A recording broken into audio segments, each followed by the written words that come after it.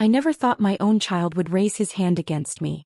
The sound of that slap still rings in my ears even now. What I did afterward changed everything in our family forever. If you're new to my channel, please subscribe and tell me where you're watching from. It truly helps me feel less alone as I share this. My name is Margaret and I am 68 years old. For most of my life I believed that love meant giving without limits. I believed that if you sacrificed enough, stayed patient enough, stayed quiet enough, your children would grow into kindness. I believed patience was strength. I believed silence kept the peace. And for decades I believed that everything I gave would one day be remembered.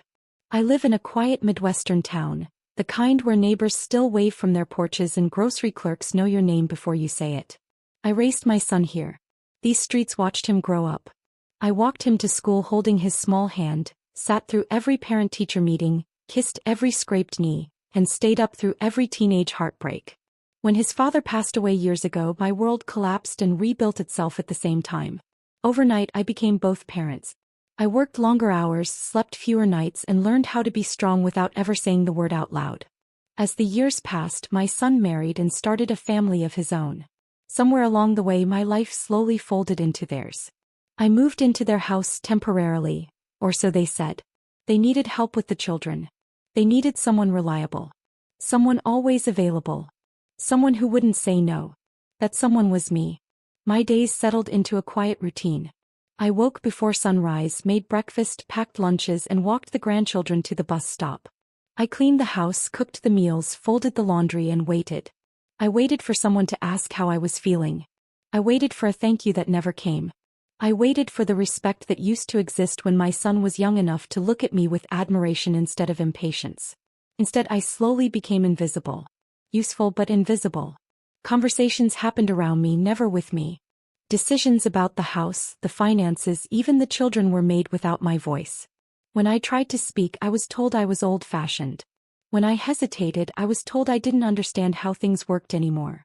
My daughter-in-law rarely looked at me when she spoke, as if eye contact was optional.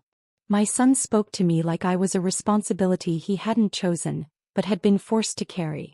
There were signs I chose to ignore. The way my room was always the smallest. The way I was reminded that I didn't pay rent, even though my savings quietly covered groceries, utilities, and school expenses more often than anyone knew. The jokes about my age, my memory, my usefulness. I told myself it was stress. I told myself families say things they don't mean. I told myself many lies. The day everything broke was ordinary in every way. No holiday. No guests. Just a conversation that turned sharp. It started with money, like these things often do.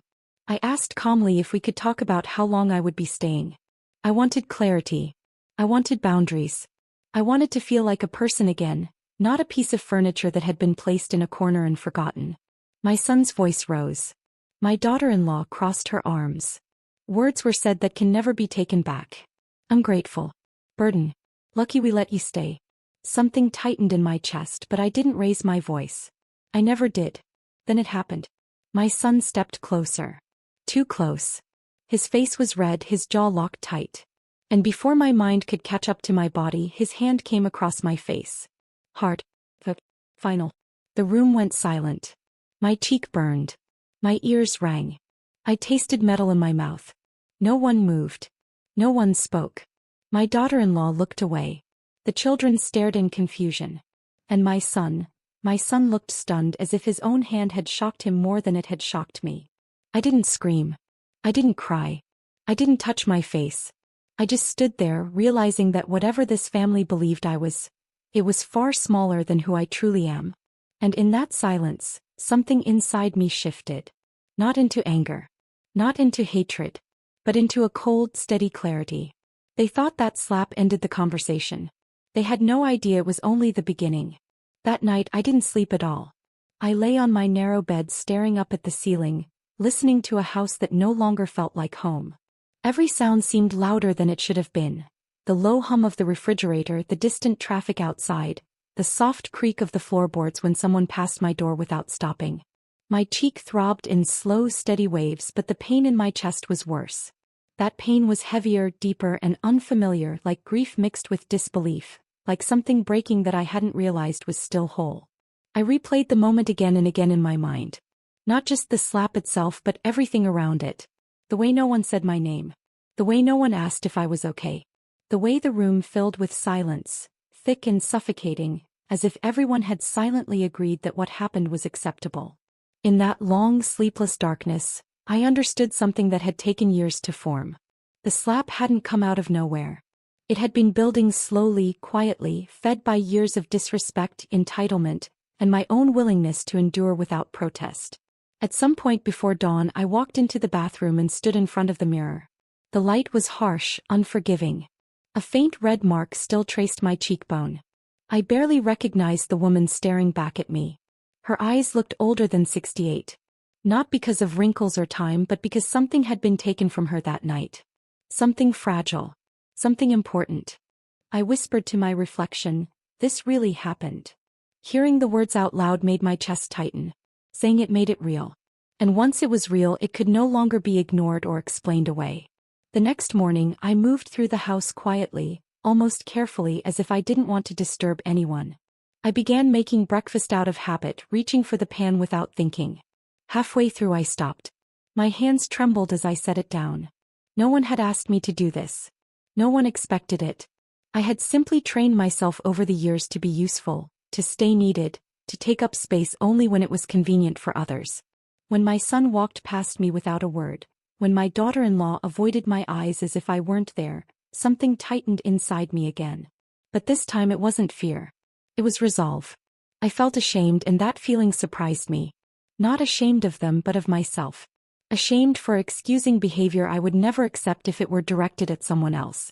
Ashamed for teaching my son without ever meaning to that my boundaries didn't matter. I had raised him to be strong, but somewhere along the way he learned that my strength meant I could absorb anything without breaking. I spent that day alone. Truly alone. I didn't sit with the grandchildren. I didn't clean. I didn't cook. I stayed in my room and let the weight of everything settle around me. I cried, but quietly. Not the loud, dramatic kind of crying. The kind that comes from deep exhaustion. The kind that asks painful questions without offering answers. Was I safe here? Did I belong here? Had I mistaken tolerance for love? By evening I felt small and exposed, dependent in a way I hadn't felt since I was a young widow, suddenly responsible for everything and everyone. But there was a difference now. I wasn't powerless. I had just forgotten that I wasn't. One truth became clear and impossible to ignore. If I stayed silent, this would happen again. Maybe not tomorrow. Maybe not in the same way. But it would happen. Silence had already cost me my dignity once. That realization frightened me at first. Then slowly it steadied me. Because fear meant there was something worth protecting. And this time that something was me. By the third day the house felt different. Not because anyone had apologized or spoken to me, but because I had changed the way I moved through it. I stopped shrinking my shoulders when I walked past them. I stopped trying to be invisible. I spoke less, but I listened more. And what I heard in those quiet pauses and careless remarks confirmed what my heart had already begun to accept. My son avoided me. When he did speak, his voice was flat and businesslike, as if the slap were an awkward misunderstanding we were both supposed to forget. My daughter-in-law behaved as though I had embarrassed them by being hurt. There was no apology. No conversation. Just an unspoken expectation that I would fall back into my old place, quietly and without resistance. That was the moment I truly understood where I stood in this family. I was no longer seen as a mother. I was a convenience. I began thinking back over the years, tracing how this dynamic had formed. After my husband died, I leaned on my son emotionally more than I should have. I didn't mean to place that weight on him, but grief does strange things. It makes you reach for the closest source of stability. As he grew older, that closeness shifted. Protection slowly turned into control. He began making decisions for my own good. I didn't argue. I trusted him. I believed he knew what was best. When he married, that control sharpened. My daughter-in-law never liked that I still had a voice in his life. She never said it outright, but I felt it in the way she corrected me, dismissed me, spoke over me as if I weren't finished talking. Over time, my son began using the same tone. My opinions became interruptions. My concerns became complaints. I told myself it was normal. Families change. Children grow. Mothers step back. But stepping back should never mean being pushed down. That afternoon, I sat alone at the small desk in my room, The same desk I had used for years to sort paperwork and quietly pay bills no one noticed. I opened an old folder I hadn't touched in a long time. Inside were documents I had kept safe since my husband was alive. Papers that belonged to a version of me that existed before I became just mom, before I was reduced to just grandma. I didn't open them yet. I simply placed my hand on the folder and sat there, breathing slowly, letting the weight of memory settle in my chest. I wasn't ready to act. Not yet. But I was ready to remember. I remembered that I had survived loss before. That I had raised a child on my own. That I had worked, saved, planned, and endured without praise or applause. The woman they now treated like a burden was the same woman who had held this family together when everything else was falling apart. That night, as I lay in bed staring into the darkness, I made myself a quiet promise. I would not explode. I would not beg. I would not threaten. I would be patient. Because patience, when paired with clarity, is not weakness. It is preparation. And for the first time since the slap, I slept. The days that followed settled into a strange, uneasy rhythm. On the surface, life appeared to return to normal. Breakfasts were made again. The television murmured in the evenings. The children's laughter filled the house the way it always had. But beneath that familiar routine, something was cracked and everyone seemed determined to pretend it wasn't. I watched my son more closely than before. The way he spoke to me had changed. Not louder, not openly cruel, just distant. Controlled. As if putting space between us might erase what he had done. My daughter-in-law treated me like a guest who had stayed too long. Polite in tone, sharp underneath. Every request came wrapped in courtesy but carried the same message. I was living on their terms. I began to notice how often my name was spoken only when something was needed. Could you pick up the kids? Can you watch them tonight? Did you remember to pay that bill? No one asked how I was feeling.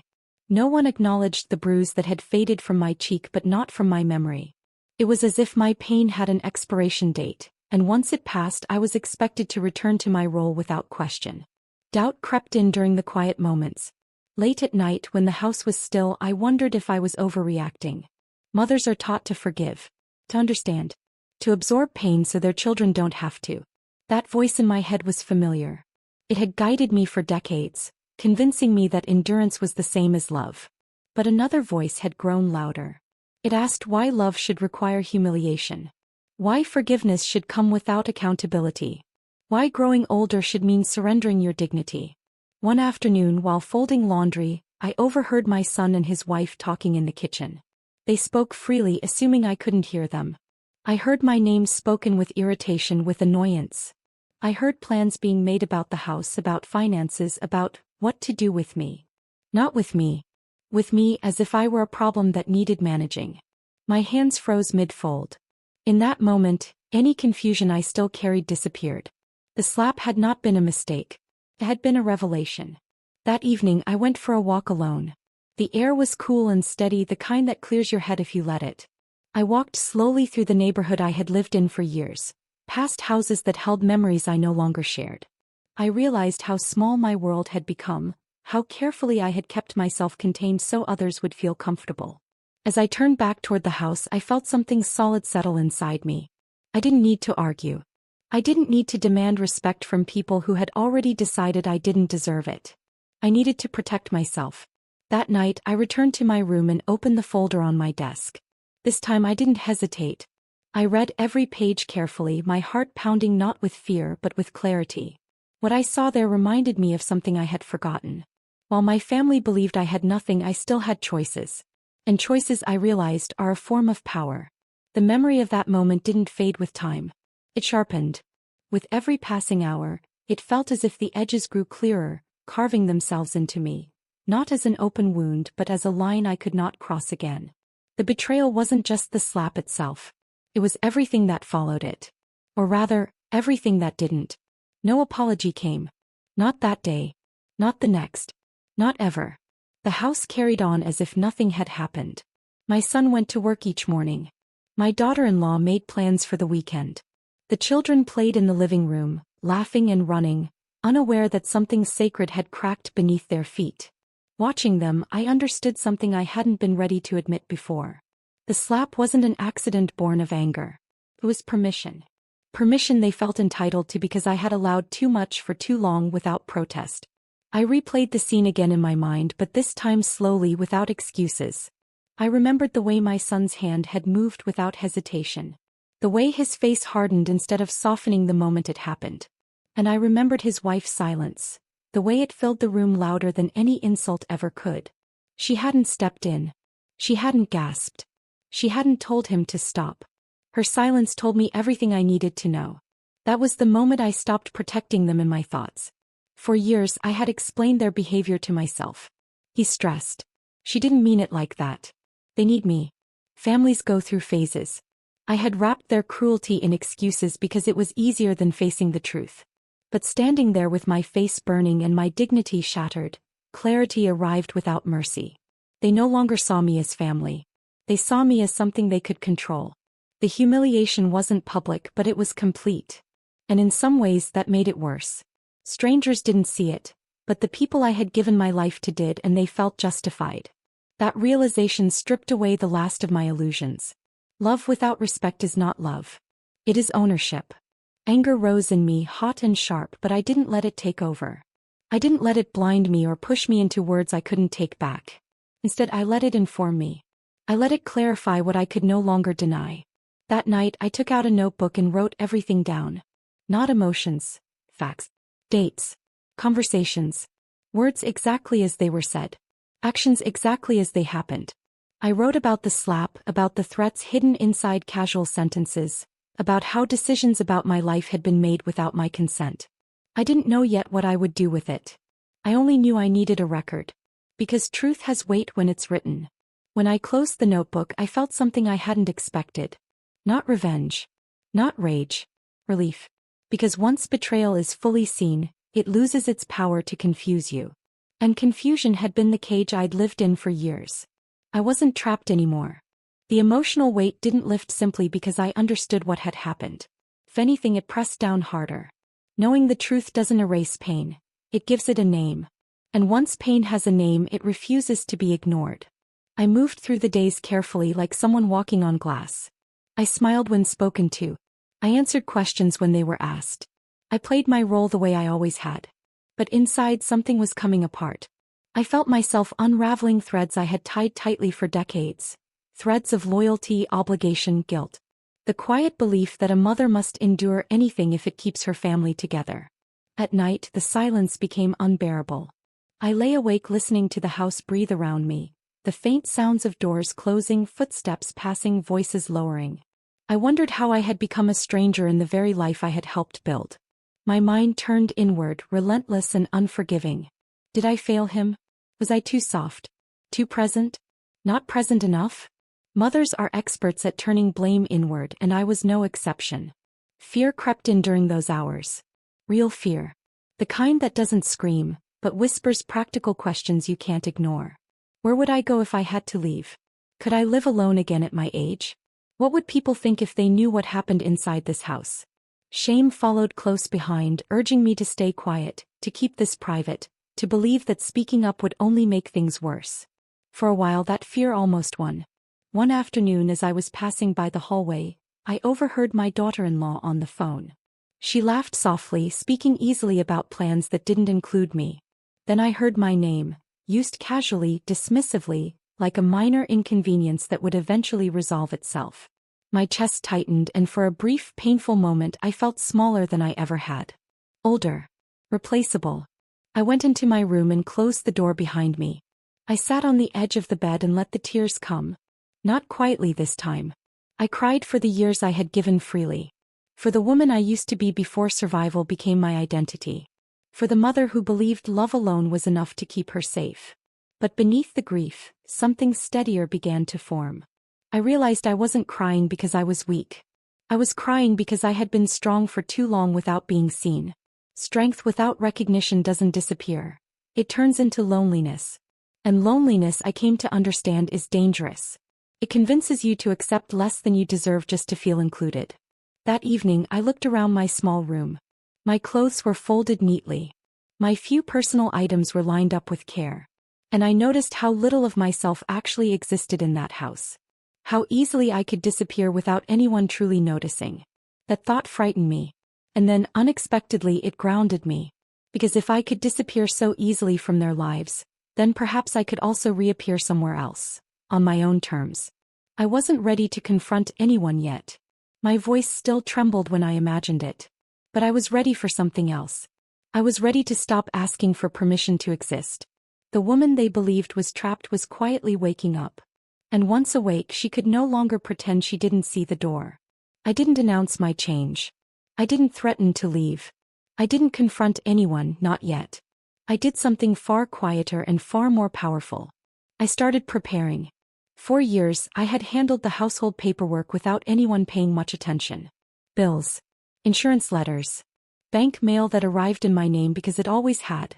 Somewhere along the way, they stopped seeing me as someone capable of understanding these things. Age had made me invisible to them in ways that worked to my advantage. That assumption became their blind spot. One morning, after everyone had left the house, I sat down at my desk and opened the folder again. This time I went through everything carefully. Not emotionally. Practically. Deeds. Statements. Documents signed years ago, back when my husband was still alive and we planned for a future that assumed respect would last forever. That future never arrived. But the planning still mattered. There were things my son didn't know. Not because I hid them with any intention to deceive, but because no one ever thought to ask. Accounts that were still in my name. A portion of the house tied legally to me through a decision my husband and I made long ago. Savings I had built quietly, dollar by dollar, never mentioning them because I didn't want to seem controlling or proud. I had mistaken humility for safety.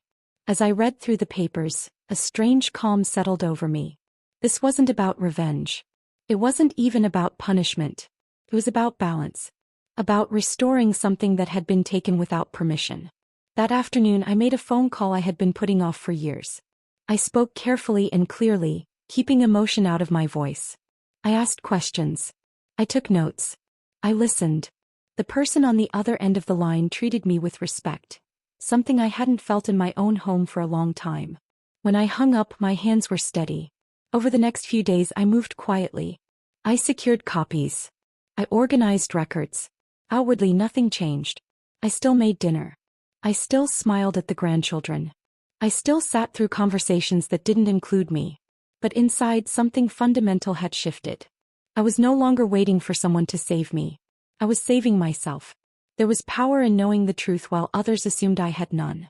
Power in understanding the rules while they believed I would never use them. I didn't need to rush. Time for once was on my side. One evening, my son spoke sharply to me over something small. I looked at him calmly and nodded. I didn't argue. I didn't apologize. And for the first time I saw uncertainty flicker across his face. He felt it, the shift. He just didn't know why yet. The decision didn't come to me in a burst of anger or in some dramatic, emotional moment. It came quietly early one morning as I stood at the kitchen sink watching the sun rise through the window. The light crept slowly across the counter, soft and steady, and in that stillness I realized something simple and undeniable. I was no longer afraid of what would happen if I spoke. I was afraid of what would happen if I didn't. That was the turning point. I stopped reacting and I started choosing. That day I took my first visible step, not toward confrontation but toward independence. I left the house alone and went somewhere I hadn't been in years. A small office building downtown, modest and unremarkable, the kind of place most people walk past without noticing. Inside, I sat across from someone who listened without interrupting, without judging, without minimizing what I was saying. For the first time since the slap, I said the words out loud. What happened?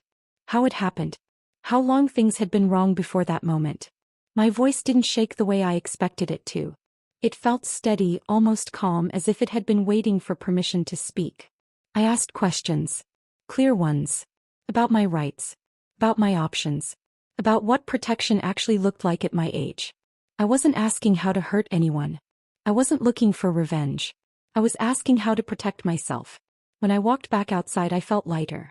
Not because anything had been resolved and not because the pain was gone, but because I finally knew where I stood. Knowledge does that. It turns fear into something you can hold, something you can manage. When I returned home nothing looked different. The same walls. The same furniture. The same routines. But everything felt different. I stopped volunteering information. I stopped explaining myself. When my daughter-in-law spoke sharply, I didn't take it into my chest. When my son avoided me, I didn't chase his approval. I began quietly separating my life from theirs. Small things at first. My mail. My finances. My time. They noticed even if they didn't understand. One evening my son asked where I had been that afternoon. His tone wasn't curious. It wasn't caring. It was suspicious. I met his eyes calmly and told him I had errands. Nothing more. The moment stretched between us and I saw it again, that brief flicker of uncertainty. For years he had known where I was at all times. What I was doing. Who I depended on. That certainty had given him comfort. It had given him control. Now it was gone. I wasn't angry. I wasn't cold. I was simply no longer predictable. And that, I learned, is when power begins to shift. The confrontation didn't happen the way movies make it look. There was no shouting, no slammed doors, no dramatic exits.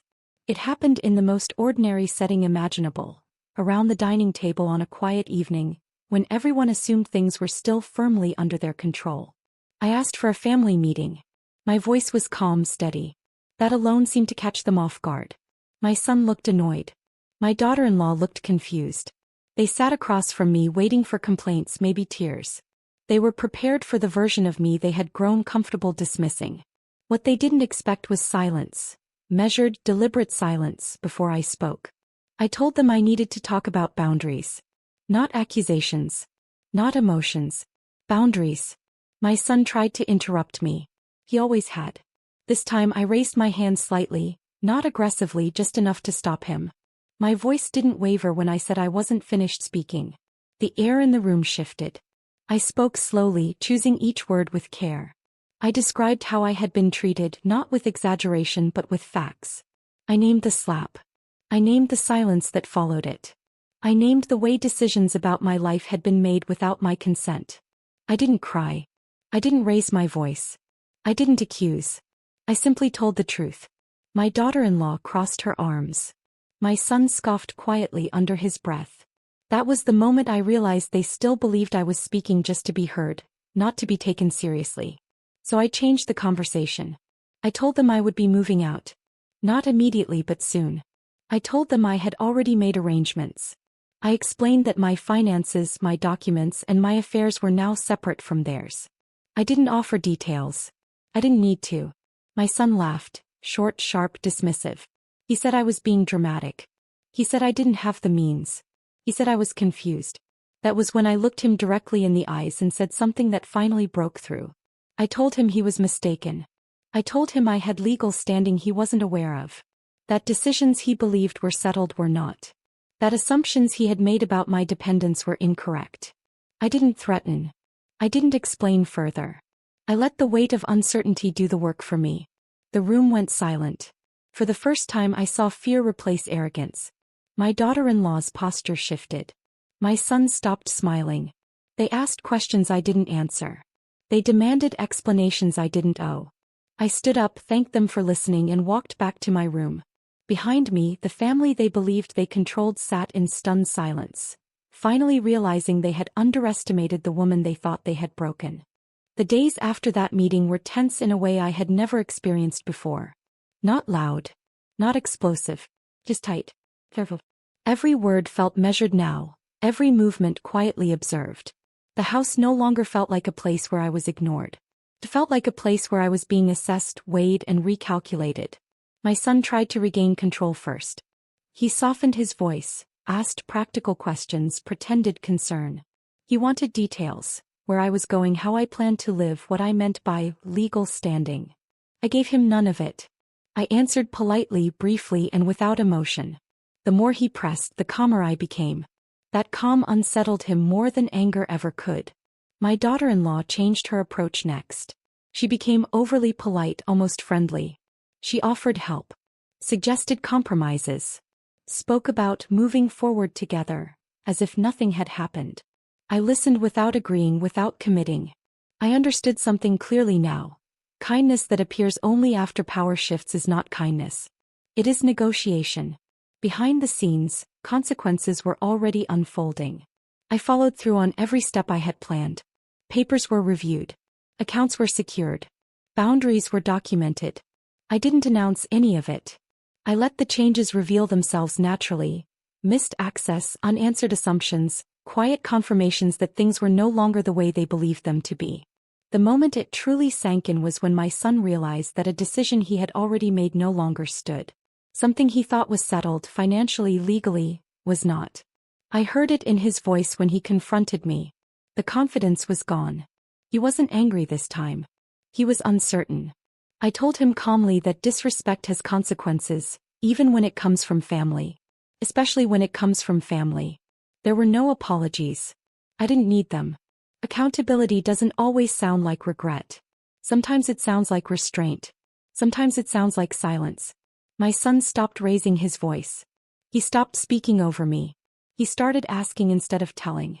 The power dynamic had shifted, not because I demanded it but because I no longer participated in my own dismissal. Within weeks I finalized my plans. I didn't leave in the middle of the night. I didn't create a scene. I packed slowly, deliberately in full daylight.